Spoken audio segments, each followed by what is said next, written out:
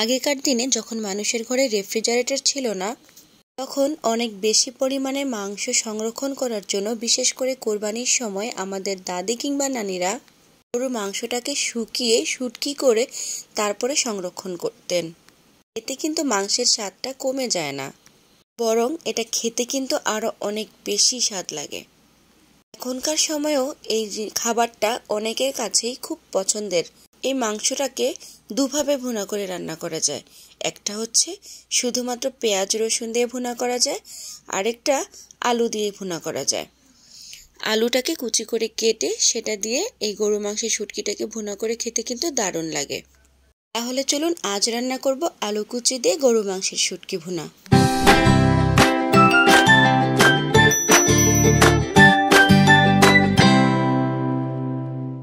আমি এখানে কয়েক টুকরো গরু মাংসের শুটকি নিয়েছি। এগুলোকে আমি এই যে জিআই তারের মধ্যে ঢুকিয়ে রোদে শুকিয়ে শুটকি করে নিয়েছি। ভালো করে শুকিয়ে নিলে এটা অনেকদিন সংরক্ষণ করা যায়। তাছাড়া আপনারা যদি চান শুকানোর পরেও আপনারা ফ্রিজে সংরক্ষণ করতে পারেন। এবারে এই মাংসের শুটকিগুলোকে আমি চুলায় একটি পাতিলে কিছুটা পানি দিয়ে হালকা সিদ্ধ করে নেব। সিদ্ধ করা পানিটা কিন্তু ফেলে দেব না, এটা মাংসের সাথে শুকিয়ে নেব। মাংসগুলো হালকা সিদ্ধ হয়ে এলে এটা আমি শিল নোড়ায় থেতলে কুচি করে নিয়েছি। আর এখানে নিয়েছি দুটো মিডিয়াম সাইজের আলু কুচি করে নিয়েছি।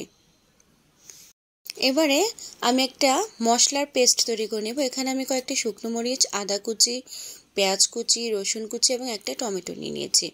এগুলোকে একসাথে ব্লেন্ড করে একটা মশলা তৈরি করে নিয়েছি। এবার চলে যাচ্ছি চুলায়। চুলায় প্যানে সরিষার তেল গরম করে তার মধ্যে আমি দিয়ে দিচ্ছি পেঁয়াজ কুচি। পেঁয়াজ কুচিটা আমি এখানে হাফ কাপের মতো ব্যবহার করেছি। পেঁয়াজটাকে আমরা একটু নেড়ে চেড়ে হালকা লাল লাল করে ভেজে নেব। এর মধ্যে আমি এখন কিছু গোটা গরম মশলা দিব। দিয়ে দিচ্ছি 2-3 টুকরো দারচিনি, দিয়ে দিচ্ছি এলাচ এবং লবঙ্গ। এবারে এই পেঁয়াজের সাথে গোটা গরম মশলাগুলোকে ভালোভাবে ভেজে নিচ্ছি, এতে সুন্দর একটা ফ্লেভার বের হয়। পেঁয়াজটা অনেকটাই হয়ে এসেছে। এর মধ্যে এখন আমি দিয়ে দেব 2-3টা কাঁচামরিচ একটু মাঝখান থেকে ভেঙে দিয়ে দিচ্ছি। আর দিয়ে দিচ্ছি যে মশলাটা তৈরি করে রেখেছিলাম সেটা। ভালোভাবে নেড়ে চেড়ে একটু কষিয়ে নেব।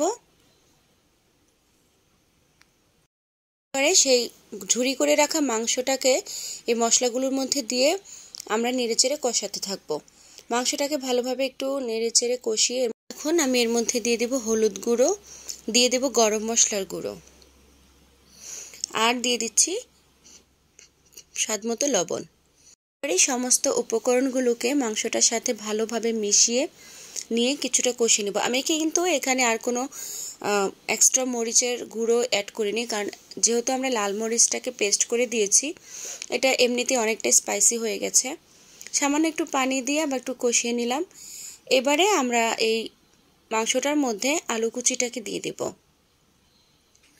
আলু কুচিটাকে দিয়ে এটাকে ভালোভাবে নেড়ে চেড়ে মাংসটার সাথে মিশিয়ে নিতে হবে।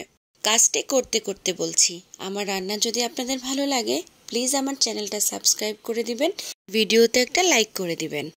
ভালোভাবে মেশানো হয়ে গেলে আমরা চুলাটাকে মিডিয়াম আঁচে রেখে একটা ঢাকনা দিয়ে ঢেকে দেব। ফিরে আসলাম কিছুক্ষণ পর। দেখুন আলুটা থেকে কিন্তু কিছুটা পানি ছেড়েছে। এবার আমরা একটু নেড়ে চেড়ে দিব। এই পর্যায়ে কিন্তু চুলাটা মিডিয়াম আঁচেই থাকবে এবং কিছুক্ষণ পর পর আমরা ঢাকনা দিয়ে আবার ঢাকনা তুলে তুলে নেড়ে চেড়ে দেব। আচ্ছা, এবার আমি বলছি এই মাংসের শুটকিটাকে তৈরি কিভাবে করবেন।